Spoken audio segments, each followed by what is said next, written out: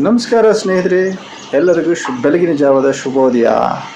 ನೋಡಿ ಸ್ನೇಹಿತರೆ, ನಮ್ಮ ಹಳ್ಳಿಗಳಲ್ಲಿ ಯಾವ ಥರ ಬೆಳಗಿನ ಜಾವ ನಾವು ಎದ್ದ ತಕ್ಷಣ ಅರೌಂಡು 6:30 ಅಥವಾ 7 o'clock ಅಲ್ಲಿ ಯಾವ ಥರ ನೇಚರ್ ಕಾಣಿಸುತ್ತೆ ಅಂತ ಹೇಳ್ಬಿಟ್ಟು ನೀವು ನೋಡ್ಬೋದು. ಇದು ನಮ್ಮ ಮನೆ ಮುಂದ್ಗಡೆ ರಸ್ತೆ ಪಕ್ಕದಲ್ಲಿ ಏನು ಭತ್ತದ ಗದ್ದೆ ನಾಟಿ ಮಾಡಿದಾರಲ್ಲ, ಎಷ್ಟು ಸುಂದರವಾಗಿ ಕಾಣಿಸುತ್ತೆ ಅಲ್ವಾ ಫ್ರೆಂಡ್ಸ್. ಅದ್ರ ಹಿಂದ್ಗಡೆ ಒಂದು ಬೆಟ್ಟದ ಮೇಲೆ ಒಂದು ದೇವಸ್ಥಾನ ನಿಮ್ಗೆ ಚಿಕ್ಕದಾಗಿ ಕಾಣಿಸ್ಬೋದು.